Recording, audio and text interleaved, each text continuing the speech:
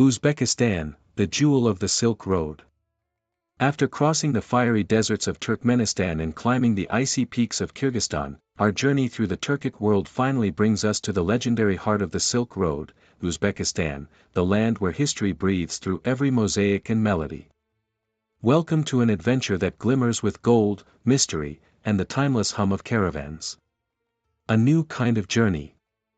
Welcome to Uzbekistan, grinned Layla, the energetic host, as she stepped off the plane in Tashkent.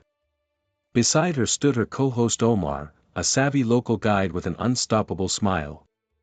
Ready for your Silk Road crash course, he teased. Absolutely, she replied. But first, can we talk about how stunning this place already looks? Tashkent shimmered in the autumn light, wide boulevards lined with trees, Soviet-style mosaics blending into modern glass buildings, and everywhere, the scent of warm naan bread from street bakeries. Where history never sleeps. Uzbekistan is where history is impossible to ignore. Every conqueror wanted a piece of it. Scythians, Persians, Greeks, Arabs, Mongols, and Russians all left their marks. The land was once home to Bactria and Sogdiana, ancient kingdoms that traded silk and spices across the world.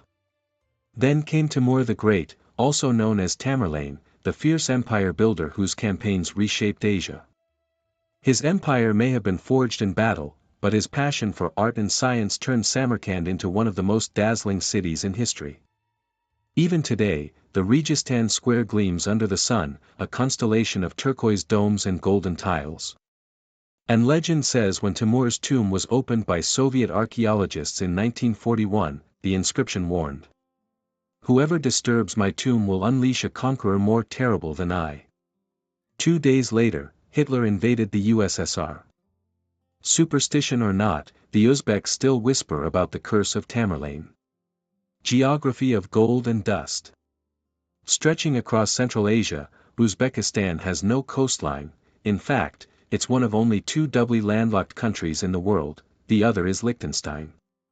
Yet its landscapes range from snow-capped mountains to fiery deserts.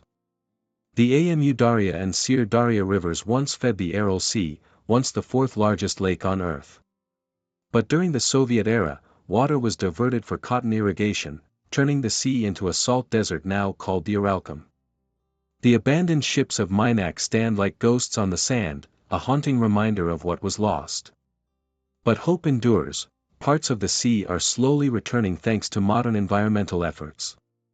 Nature always fights back, Omar said, brushing salt dust from his boots.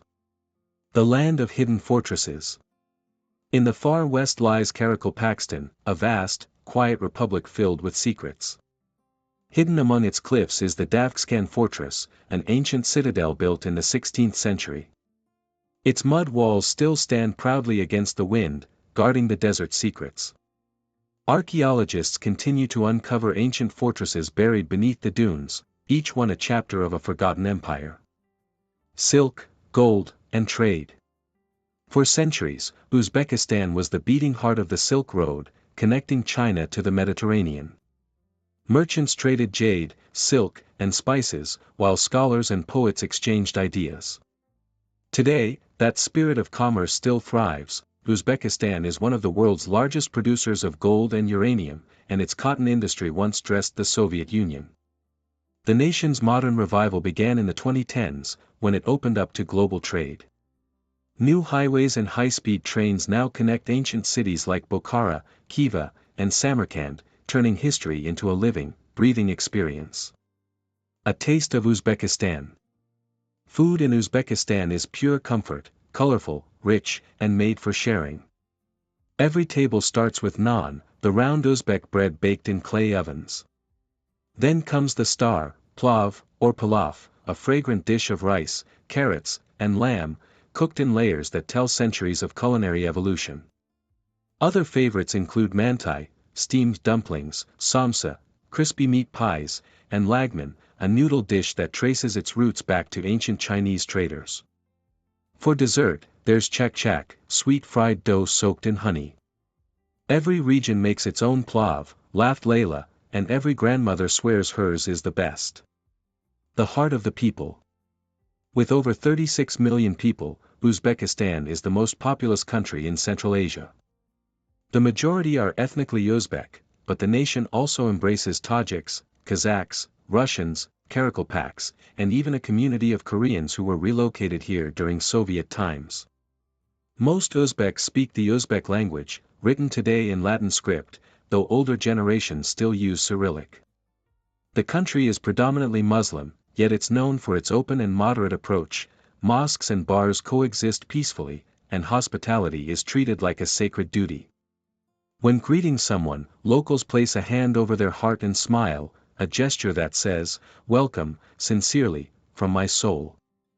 Living traditions. From the vibrant Han Atlas silk dresses to the ornate dopa caps embroidered by hand, Uzbek fashion reflects its layered history. Weddings are grand spectacles filled with dancing, feasting, and music that echoes through the night. One of the most energetic dances, Lazgi, originated in Khwarezm, a swirl of motion inspired, according to legend, by a girl stepping on beans. The arts thrive here, too. Musicians blend ancient melodies with modern rhythms, filmmakers are gaining recognition, and young creators share Uzbek stories with the world online. Champions of the Ring. Sports have become a new source of national pride. Uzbekistan dominates in boxing, wrestling, and weightlifting, producing Olympic champions like Bakhtiar Jalilov, a world-famous boxer.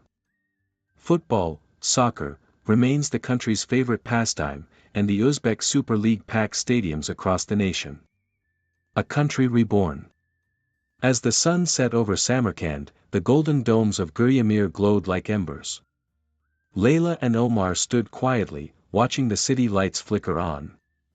"You know," she said, "this place feels like the past and the future are shaking hands." "That's Uzbekistan," Omar smiled. "We've seen empires rise and fall. But the spirit of this land, it never fades. In the end, Uzbekistan is more than a country. It's a living museum of history, a bridge between East and West, a land of deserts, mountains, and endless hospitality.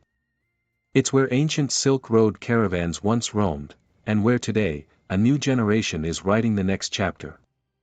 If you ever find yourself wandering its winding bazaars or tasting plov beneath the blue domes of Samarkand, you'll understand, this is the heart of Central Asia, beating stronger than ever.